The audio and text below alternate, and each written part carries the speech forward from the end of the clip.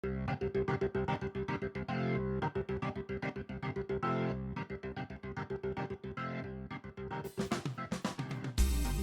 and welcome again to another episode of Battle Ready. Ready. And today we're going to do our review of the Hedonites of Slaanesh Battle Tome. Slaanesh. So I was really excited when this Battle Tome came out because the former Battle Tome was difficult to work with. I like the army. I think it's fun. I like the sort of the lore behind it, and I really like most of the models. But it just wasn't. It was hard to play an enjoyable game. Yeah. But the new book makes a lot of changes. So we thought we would talk about the changes, talk about what's different, what's new from sort of a casual perspective, and then answer the question we always like to answer. Is this a good army for someone new? Is this a good army for someone new to Warhammer? Would you like to start with Hedonites? So let's talk about the differences. Like all Chaos armies, they can summon, right? And so Tzeentch gets summoning points by... Depravity. No. Tzeentch can summon by... Oh, Tzeentch can summon by... I thought you said Slaanesh. Yeah. Tzeentch can summon by getting spells successfully cast. So spells gives him his points. What about Nurgle? There's a whole bunch of... He has his own little table of... He has his own little table of... His units are in different territories. Yes. Right? Khorne gets it through... Murdering things. Yeah, through units that die. And in the past, Slaanesh got it in a really weird thing where you got depravity if something died, but not all the way. Mm-hmm. Right? So if you killed the unit, no points for you. You had to just injure things. And in general, in Warhammer, that's not how you do it. You want to kill the thing. Yeah, you don't want it alive. Just that made it pretty difficult. So the summoning mechanic is different now. You get way more summoning points. Oh, of course, yeah. Things cost a lot more. And in addition, before those points were just used for summoning. And that's how I think all the other armies are. Khorne's a little bit different, but both Tzeentch and Nurgle, points are basically just for summoning. Yep. In Slaanesh, those points actually give you permanent powers until you spend them and then they go away, right? So it's pretty interesting. So the way that you do it now is you get 6 dice, and every turn, right? Every phase, you get 6 per battle round, right? Mm-hmm. And then whenever your opponent rolls to hit, wound, or save, you can tempt them. Yep. And you say, hey, one of your misses just became a 6. And if they say, no, I refuse your 6, that unit gets D3 mortals. Yep. And if they say, all right, I'll take the 6, they get a 6, so that's not great. But you get D6 depravity. Mm-hmm. Also, once per battle round, you can call something on your turn a euphoric killer, and however much damage they do, you get that much depravity. Mm-hmm. So if you've got some pretty good hammers, and if you've got some pretty good dice rolling, you can rack up the depravity. That's what I did. It's very possible. Yeah, we should say that I've been able to play this twice. Drake's been able to play it once. Mm-hmm. So we have some experience both playing it and playing against it. So that is pretty different. I think a lot of the units have been simplified, especially on the mortal side. Great example of that is the Symbarish Twin Souls, who used to have this thing where weird mechanic. Before your first hero phase, they got nothing. And then on your first hero phase, you got to pick one of 2 abilities, and then they auto switched off every round. Which was weird. And it was just, you had to keep track of it, and you had to remember, oh yeah, is this the second battle round? Have I gone yet? It was more trouble than it was really worth a lot of the time. Yeah. Now they just have abilities on their war scroll that they get that are pretty good. I also think that most of the units have a purpose now. Right, so the Twin Souls, for example, or like your impossible to kill guys. Yeah, they are good to help with the defense because they can reduce attacks. Combining that with the Lord of Hubris, your Myrmidonish Painbringers, or your March Forwards, because they have incredibly good saves when you're. Yes, they don't do a heck of a lot of damage, but you can't kill them. But they're very strong. They're very tough. Yeah. So they can definitely get stuck in and tie up a unit for a while. And be there, yeah. Unless they get destructinated. So lots of stuff, and then there's some stuff that hits hard. There's some good stuff. overall, so what do you think of the thing that's the most interesting is that depravity mechanic where you're offering sixes, you're offering little benefits to your opponent. Mm-hmm. One, I think that's super flavorful, right? That feels very Slaanesh-y. Mm-hmm. You're like, ooh, here, let me tempt you. If you get this, things are going to be good, but secretly behind the scenes, depravity is increasing. I mean, it's very cool. I really like it. What did you think of it? In actually playing, what did you think of it? I thought, well, fighting against like Soulblight, where you could just take the D3 mortals. Mm-hmm. I don't think I got as much of the tempting mechanic out of it. Mm-hmm. Sometimes you did accept, but more often, no, I just take the D3. Mm-hmm. It didn't even really matter because they were on your stupid zombies. Well, I think partly that's true, but that also means because you were fighting against zombies and skeletons, you were able to do more damage. So you got a lot through euphoric killers, right?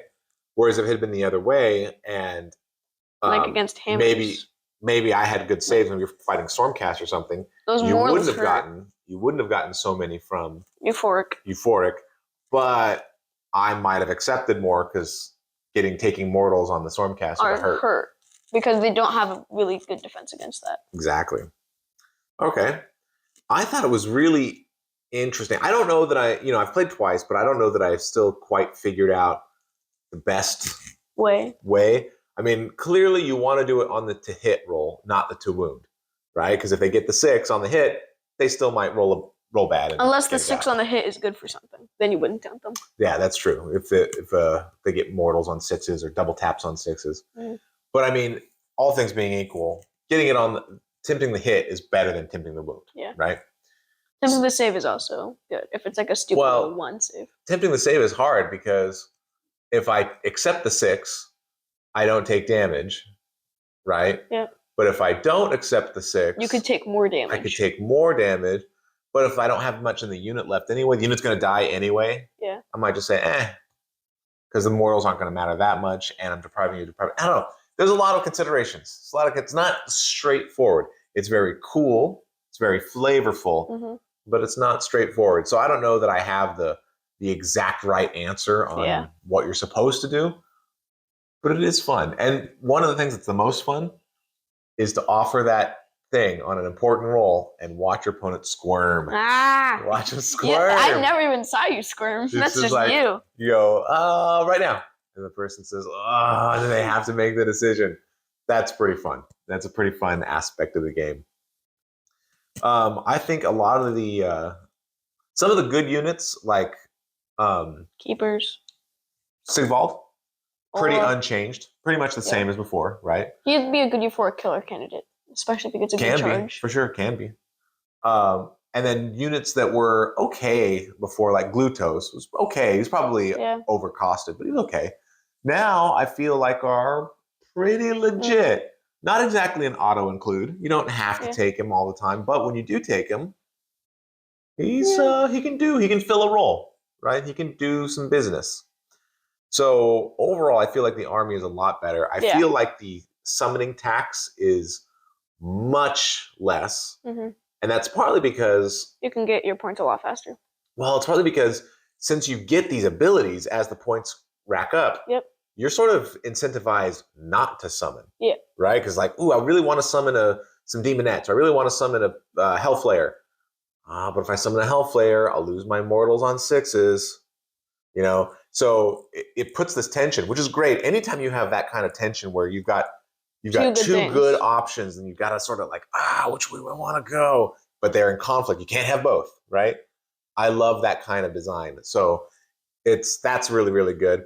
And because of that, I think that you're not going to see as much summoning, and therefore the summon tax. Because before, every unit was overcosted. Oh yeah. Because the theory was, well, you're only going to get what would really be 1,800 points or 1,750 points because you're going to summon the rest of your army.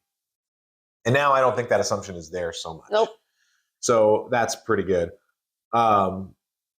Before we talk about whether it's good or not for a new player, overall, what do you think of the book? I think it's fun, if still a little complicated. I think it's super fun. I think that the thing I like most about it is that it's intriguing. Like sometimes we play, like good example, Beastclaw Raiders. Yep. Super fun. I love smashy smash with my monster trucks. My entire shooting line. So good. But you sad. play it one time and you're like, okay, I get it.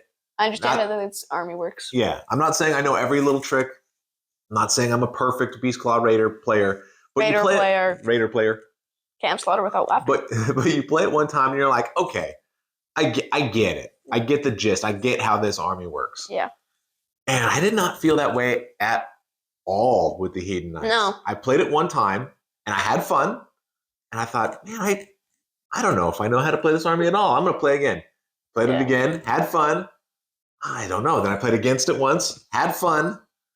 But again, it's very intriguing because it's not an army. I feel like I played like 7/8 of Slaanesh because I almost never got the depravity to go off. Well, what's interesting is sometimes I play an army and I don't like it. I'm like, oh, yeah, I'm not going to play this version anymore. Well, I'm trying to think of a good example. Oh, like Daughters of Cain without Marathi. I've played that list a couple times trying to make it work. And I just can't make it work. I just don't like it. It's just not fun. So even if I could get it to work, I don't know that I would play it anymore. And I've played it probably, several times now. And it just it's not what's enjoyable for me. I'm sure it's amazing for people that are into it, right? I'm not saying it's bad or wrong to play that way. You butchered my squigs without Marathi. That did. They did kill squigs with the help of amazing luck. But it's like, I get it, sort of. It's just not the style I want to play. Mm-hmm. And Hedonites, I'm intrigued. Every time I play it, I'm like, I should probably play one more time. Temptations of Slaanesh. I want to try. Yeah, maybe that's what I'm being tempted. It's the seventh one. It's the seventh realm, the war gamer realm. So I'm like, I should play this one more time. So I do find it to be extremely intriguing. It is the one that when I'm thinking about lists and stuff, I keep coming back to like, what should I do with Slaanesh? Should I do all mortals, which is basically what we played before? Should I bring in some demons? Should I go more demon heavy? Should I do, there's so much stuff that's available. I really like it. Okay. So I have one bad thing about Slaanesh. Oh yeah. What's that? There are like 5 different exalted chariots. Yeah, so it's ridiculous. When Slaanesh first came out, they only had demons. There were no mortals. And so to give them sort of greater opportunities, they took one kit and you can make like 6 units out of it. I know. Slaanesh number. Yeah, maybe that's what it is. So so now their mortals war scrolls are a little bit cluttered on the demon side. I would like to see, I mean, they don't have to do this now. It's not a major concern, but they could file that down a little bit. Would probably be good. Like 5 different. Because there's 2 chariots, and each chariot can have like 2 different guys. At least 2 different riders on it. And then you have the Hellflare. So too many things. Yeah. So that is something to think about. Any other negatives? The one negative I would say for a new player. Well, before we get to new player, just in general, for you, what do you think? Any negatives in what Drake likes to play? Are there any negatives? That's the only one I can really think of that really bothers me. The only negative I have, and I'm not sure if it's a negative yet. It seems like it should be, but I'm not sure yet. Is I don't like that one of the main depravity generators is placed in the hands of your opponent. I actually like that. I don't like that because theoretically they're going to take the one that is better for them and hurts you more. So every time I'm getting the one that's worse for me, right? Because they're going to choose the one that's worse for me. And I don't know if that's good. I don't think that theory is true. I think it should be. When you played Ogre, I accepted Ogre half the time because those D3 mortals hurt. Maybe. But I do think it hasn't been a problem in our plays. I'll say that. Yeah. It hasn't been a problem in our plays. But I could foresee it being a problem. So it's something, again, I just want to play it a little bit. I keep wanting to play it more. I keep coming back to it. All right, Drake. So you've got a friend. I do. Says, I want to play Warhammer. Good job. And I want to know what army to start with. I'm thinking about Hedonites of Slaanesh. What do you tell him? I don't know if it's actually the best army to start with. Okay, because the depravity mechanic in itself is super complicated. Because you have to remember what the 6s you have. You have to remember all that. Then there's 3 different hosts to pick from, all with their own bazillion different things. That's true. The sub-factions are mandatory and very different. Yep. There's also a lot of models that look sort of alike. Like on the demon side. Yeah, on the demon side. You're just going to have to paint like 30 demonettes the exact same color. Well, that's true of a lot of battle line. Yeah. Well, I tend to agree. Now, if somebody's just like in love with the models, and that's really the army they want to start, I don't think there's anything terrible about this book for a new player. I think any new player, especially if they've played other games before, could pick this up, and with a little bit of, practice. a couple of games to get familiar, I think they could do it. Yeah. Yeah, I think that's fine. But is it the best for a new player? I don't know. I think the depravity mechanic, I don't think it's that complicated. I think it's complicated. But I do think that because you have to remember the 4 killers too. Yeah, but knowing when to offer, when not to offer. Like that's almost like a little mini game that you've got to figure out, right? I think that that can be difficult. List building can be difficult. And then I feel like the War Scrolls, for the most part, are pretty good. But there's a couple stinkers. Yep. There's a couple stinkers in there. And like Chilaxi Hellbane's just not great. So if you see that model and you're like, oh, I really want to build that instead of a standard keeper. I don't know. Is Hellbane really not that great? I mean, she's fine. I'm not saying she's bad. But for her points cost, I mean, I would just take a regular keeper every time. And a regular keeper's... What's your points? Like, probably near 400, in the high 300s. Because that's they all are. She's a greater demon. Yeah. And even the regular keepers was okay. I'm not sure the regular keeper's worth your points. Some of the things like, the slangors or stuff, I don't know. There's some War Scrolls in here that are potential traps for a new player. Yeah. Where you get them and you realize, oh, shoot, these actually don't do a whole... Oh, Hellstriders with claw spears. So the Hellstriders with whips can stop people from contesting, right? They're not the best in the... I mean, they're cheap. They're not the best in the world, but at least they have a purpose, right? They have a little tricky ability. The Claw spears don't. They don't have a tricky ability. They're pretty dumb. The other thing is, so many of the units do things that rely on trickery. Yeah. Like Lord of Hubris is a great example, right? He would like to have some backup with the Twin Souls. Yeah, so either you bring him in, because he has an ability that says, you fight first, but all your attacks have to go into Lord of Hubris. So you bring him in with something else so that they can't pile into your Lord. Ideally, maybe you bring in Twin Souls so that they're -1 attacks. Maybe you've cast debuff spells on them. Or maybe even you cast Phantasmagoria. Yeah, so the second you fight... Phantasmagoria is a spell that says when something tries to fight a unit, the unit can retreat. So you charge in with a million things, including Lord of Hubris. Lord of Hubris says, you may fight me first, and then goes, goodbye. And just books out of there because of Phantasmagoria. And since they can only fight him, now they can't fight at all. And then all your units get to clobber.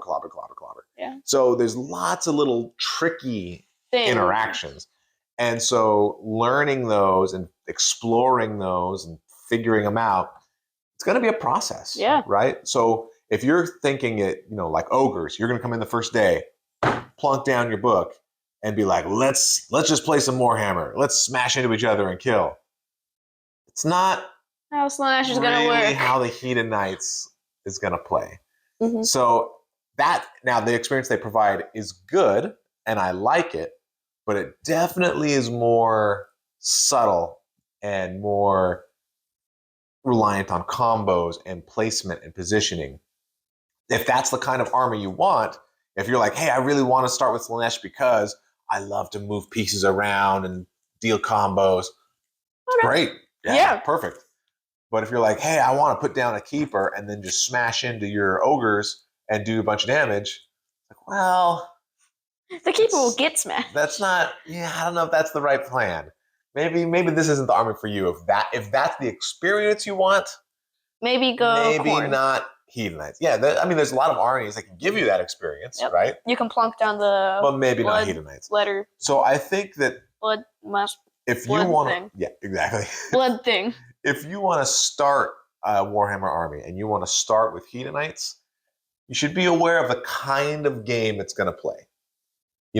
Almost every other army, Stormcasts, Daughters, Seraphon, Nurgle, you can play a mixed arms force, right? And then you can lean into certain things. You can lean into ranged fire. You can lean into monsters. You can do whatever. But every army sort of allows you to, hey, I've got some infantry over here, and I've got some cavalry over here, and we're going to fight it out. And the Hedonites is very reliant on, if I've got these guys moving up here, then I need this hero to back them up, and I need this guy over here to provide this buff, but he needs to be in the middle so he can also provide that buff to these guys over here. It's going to be a lot more of that. It's going to be a lot more of that.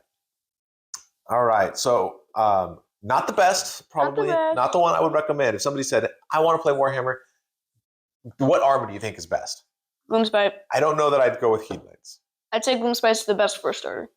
Gloomspite, a lot of destruction armies are good. Gloomspite's good. Ogres are good. Somewhere. I think even Stormcast is good. Yeah. I think a lot list building could be a trap for them.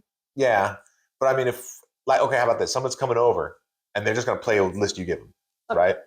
And so they're like, which one?